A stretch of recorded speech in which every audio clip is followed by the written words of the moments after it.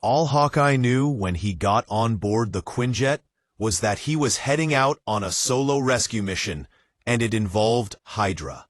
That suited him. Extended mission prep wasn't really his style. You only needed a certain amount of information to take a smart approach. Over-preparation could dull your senses, keep you from being aware and responsive when things changed in the field.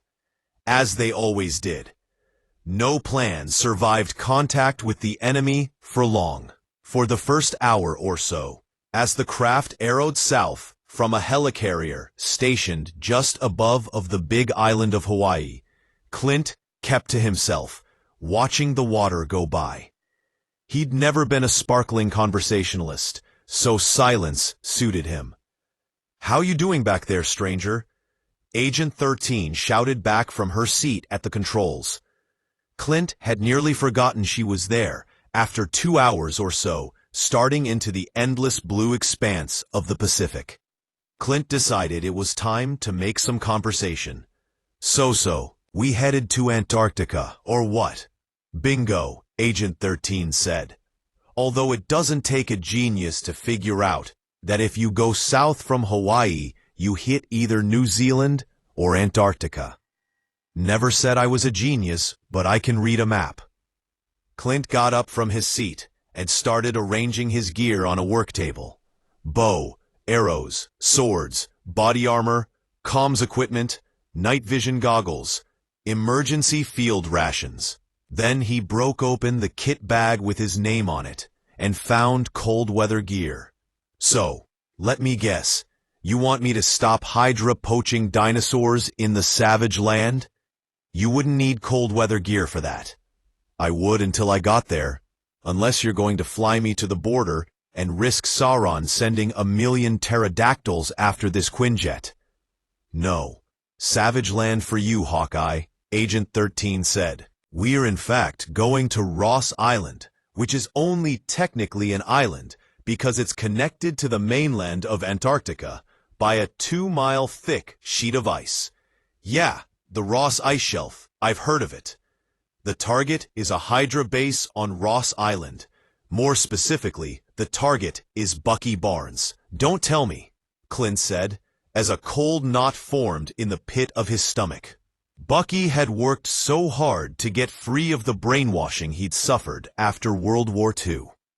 What a terrible thing it would be if he'd been mind-controlled again. Clint thought hard about whether he'd be able to follow through on a mission to eliminate Bucky Barnes. He'd done worse during his Ronin years, but he'd also left Ronin behind. He was Hawkeye again. He was an Avenger. "It's not what you think, judging by the expression on your face," Agent 13 said. 3 days ago, Barnes was sent to infiltrate and gather intel about Hydra activity inside Erebus Base. Infiltration was successful, and we got some brief communications from Bucky during the mission's first few hours. But as of 8 hours after infiltration, comms were interrupted, and we presume he's been a Hydra captive since then. Anything could have happened to Bucky in 3 days, Clint thought. But he was tough as anybody, and if there was a chance to get him out alive, that's what Clint would do. Why Erebus Base? Well, because it's tunneled into Mount Erebus. But Hydra probably also likes the mythological associations. "You gonna make me ask?" "I thought you'd never ask," she said.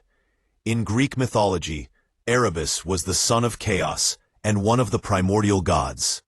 Also, that's the name the Greeks gave to the gate between the world of the living and the underworld. Yeah, Hydra would go for that. Behind every myth is a bit of truth. Some of Bucky's comms were pretty scrambled, but we have a basic idea that the base is built on a much older set of ruins.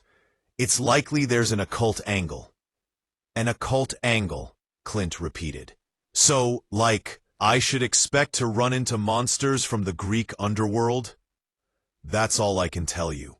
Also, they're doing some kind of super soldier research. Bucky was loud and clear about that.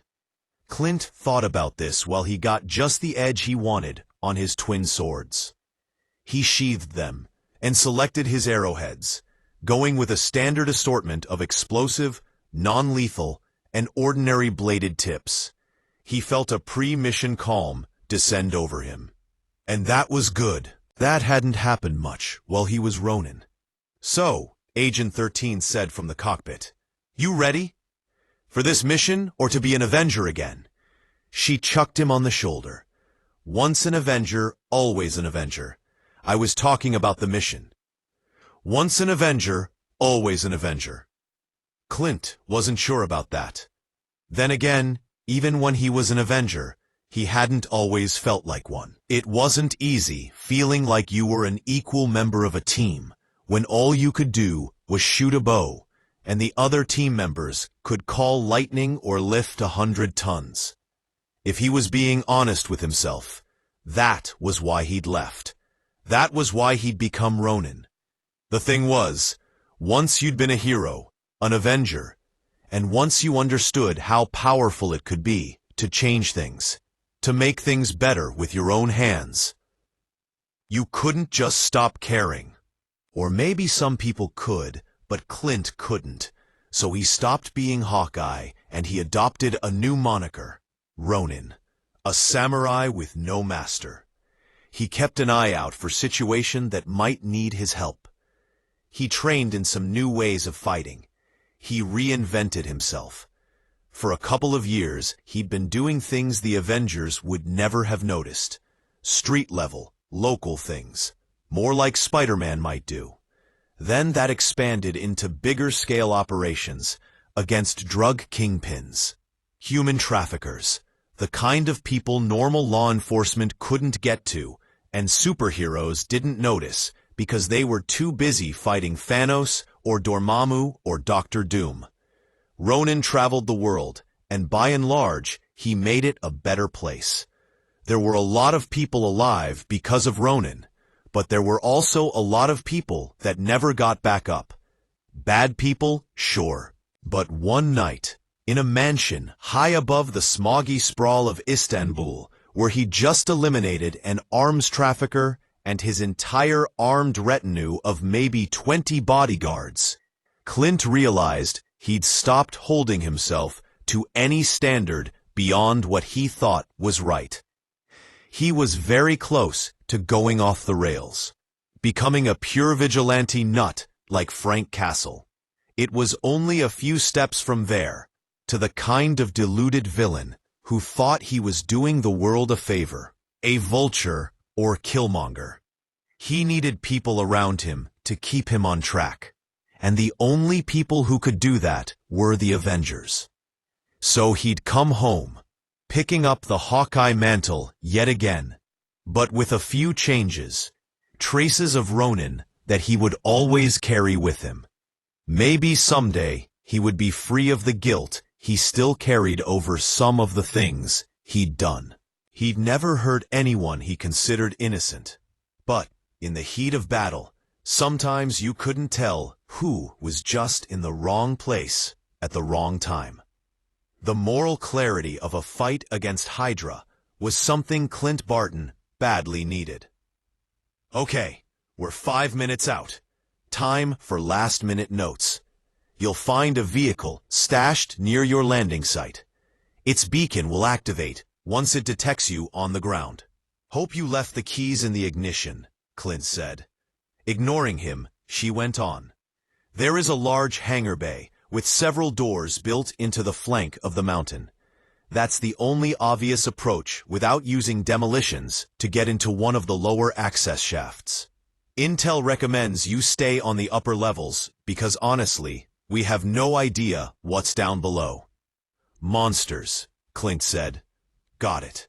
Agent 13 shrugged. Probably not, but you never know. Get in, get Barnes, get out. If Barnes is... She hesitated. If Barnes can't be recovered, your priority is to get the info and get out yourself. You mean if he's dead, just say it. Her eyes flashed. Yes, if he's dead, she said, biting off each word. Turning her back on him, she went back to the cockpit. Clint stayed where he was, in the back of the cabin, alone with his thoughts, which was never the healthiest place for him to be. What if Bucky was gone again? Mind-controlled again? Deep inside, Clint felt a Ronin-like cold certainty that he would know what to do. No, Bucky would survive. Hawkeye would find him. Not Ronin, Hawkeye. Tomorrow morning, they would both be watching the sun rise as Agent 13 piloted them back toward Hawaii. "We are in the drop zone," Agent 13 said calmly. "We'll open the cargo door on your go." "Go," Clint said. The Antarctic wind stole the air from his lungs. Clint steadied himself, got a bead on the ground, and jumped.